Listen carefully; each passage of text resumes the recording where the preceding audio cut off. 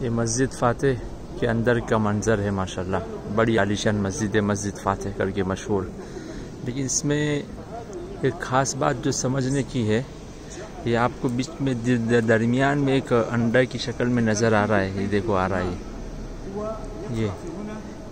ये सफ़ेद कलर का जो अंडा है ना, इसकी खासियत ये है कि इसके 60 या 70 किलोमीटर के अतराफ़ में कहीं पे भी मकड़ी जाला नहीं बनाती है। इसकी ये तासीर है, इसमें एक ऐसी गर्मी है, यानी कोई एक आम अंडा नहीं है, इसको बीच में लटकाया गया है। यानी 60-70 किलोमीटर के अंदर के करीब ये मकड़ी इसका जाला नहीं बना सकती, अपना जाला नहीं बना सकती इस अंडे के असरात की वजह से। दूसरी खुसूसियत इसके अंदर ये है कि इसके जो शमए है जो उस वक्त जलाई जाती थी, उस वक्त तो लाइट वगैरह नहीं होती थी, ये पूरा मोम का है।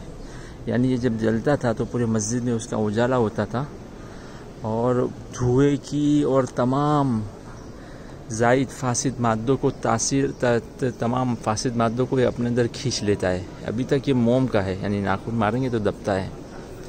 तीसरी एक खुसूसियत इसकी ये है कि इसके मेहराब के अंदर दाईं तरफ आपको 2 काले काले पत्थर नज़र आ रहे हैं। ये रहा एक वो है, ये एक तराजू है। इस मस्जिद की बुनियाद अगर सही सालिम है, इसमें बिल्कुल ज़रा खराश नहीं आई है, तो ये पत्थर हिल रहा है। देखो मार्बल का इतना पत्थर है और आसानी से घूम रहा है ये। यानी कई मरतबा ज़लज़ले आए लेकिन अल्हम्दुलिल्लाह इस मस्जिद की बुनियादों में कोई असर नहीं पड़ा है। तो बोले एक तराजू उस मेमार ने बनाया है, अगर ये पत्थर हिलना बंद कर दे और बिल्कुल सख्त हो जाए तो समझो कि इसकी बुनियाद हिलने लगी है। यानी एक अजीब सी माशाल्लाह टेक्नोलॉजी है ये। तो उन्होंने बोले कि कई मरतबा यहाँ पर ज़लज़ले आए, हम हमेशा आकर उसको चेक करते हैं, पत्थर घूम रहे, यानी इसकी बुनियाद अभी तक मजबूत है।